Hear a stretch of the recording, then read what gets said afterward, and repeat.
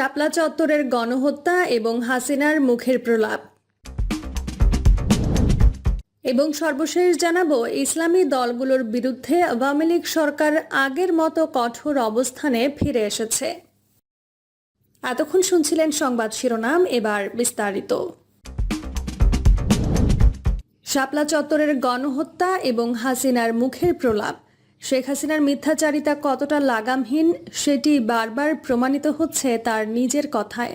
2013 সালের 19শে জুন সংসদে দেয়া ভাষণটি হল তার মিথ্যাচারিতার দলিল।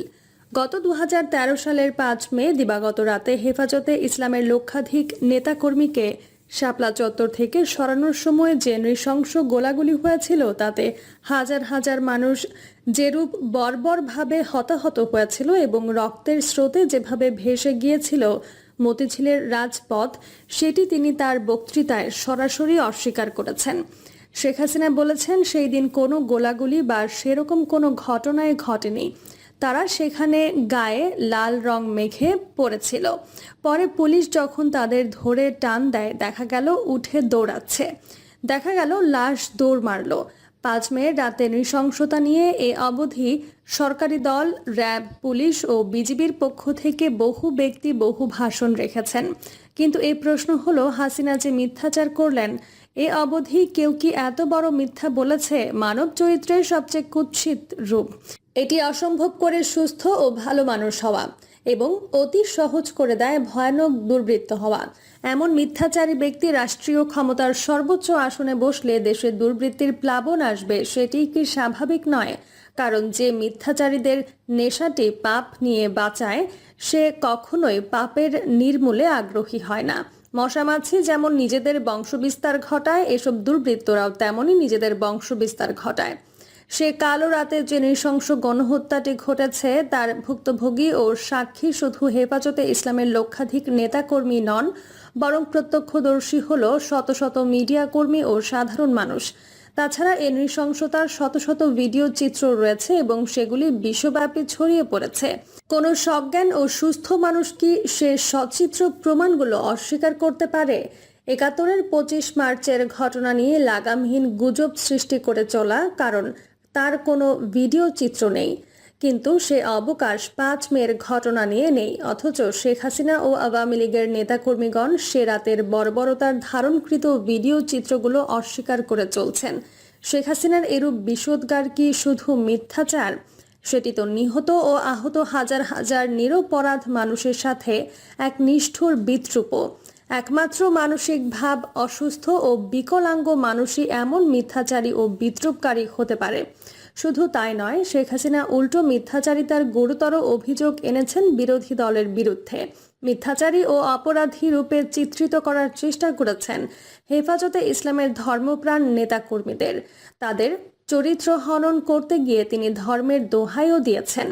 মিথ্যা কথা বলা মহাপাপ ও ধর্মবিরোধী সে নসিহতও তিনি করেছেন উলামাদের। শেখ হাসিনা বলেছেন, অথচ তারা 1,02,000 গুলি, হাজার হাজার লাশের কথা বলে বেড়াচ্ছে। এ ধরনের আজে বাজে মিথ্যাচার করে দেশের মানুষকে বিভ্রান্ত করছে। ধর্মের নামে এই অসত্য কথা বলে কোন ধরনের ইসলাম পালন তা আমি জানি না। ভয়ানক অপরাধীরাও নিজেদের বাঁচাতে সাধু সাজে। মাদ্রাসার হাজার হাজার নিরপরাধ ছাত্র শিক্ষকদের রক্তে শেখ হাসিনার হাত দুটি যে রঞ্জিত, জনগণ সেটি দেখেছে। স্বজনহারা হাজার হাজার মানুষের হৃদয়ের ক্ষতগুলি এখনও তাজা, অথচ তিনি এখন ধার্মিকের বেশ ধরেছেন এবং নসিহত শোনাচ্ছেন। সে সাথে শহীদদের সাথে মশকরাও করছেন। তার এরূপ নাটক জনগণ অতীতেও বহুবার দেখেছে। ধর্মপ্রাণ মানুষকে বোকা বানাতে তিনি যেমন রাস্তার মাঝে মিছিল থামিয়ে নামাজে দাঁড়িয়েছেন, তেমনি মাথায় কালো পটি বেঁধে নির্বাচনী জনসভা করেছেন, হজ উমরাও করেছেন। কিন্তু এসব করে তিনি কি পার পাবেন? তিনি যে কতটা ইসলামের শত্রু সেটি তো দেশের মানুষ স্বচক্ষে দেখেছে। সংবিধানে আল্লাহর উপর অবিচল আস্থার কথাটি যেমন সহ্য করতে পারেননি, তেমনি সইতে পারছেন না দেশের মাটিতে কোরআনের তফসির ও জিহাদ বিষয়ক বই। তার সরকার দেশের প্রখ্যাত তফসিরকারকদের জেলে তুলে যেমন ফাঁসিতে ঝুলানোর ব্যবস্থা করছে, তেমনি র্যাব ও পুলিশকে মাঠে নামিয়েছে আলেম ওলামাদের লাঠিপেটা করতে ও জিহাদ বিষয়ক বই বাজেয়াপ্ত করতে। শেখ হাসিনা যে নিজে মিথ্যা ছড়াচ্ছে সেটির সাক্ষী শুধু দেশের সাধারণ মানুষ নয়, তার নিজ সরকারের দেয়া প্রেস নোটও। মিথ্যাচারী শুধু আওয়ামী লীগ নেত্রী শেখ হাসিনা একা নন, বরং দলীয় সহচরগণও। হাসিনার মুখ থেকে যে মিথ্যাটি 19/6/13 তারিখে বেরিয়েছে সেটি তাদের দলের কেন্দ্রীয় যুগ্ম সম্পাদক জনাব হানিফ বলেছিলেন ঘটনার পরপরই। তার কথা, শাপলা চত্বরে একজন মানুষকেও হত্যা করা হয়নি। তবে সরকারি প্রেস নোটে নিহতের কথা স্বীকার করলেও তাতে নিহতদের বিশাল অঙ্কটি নিয়ে প্রকাণ্ড মিথ্যা বলেছিলেন।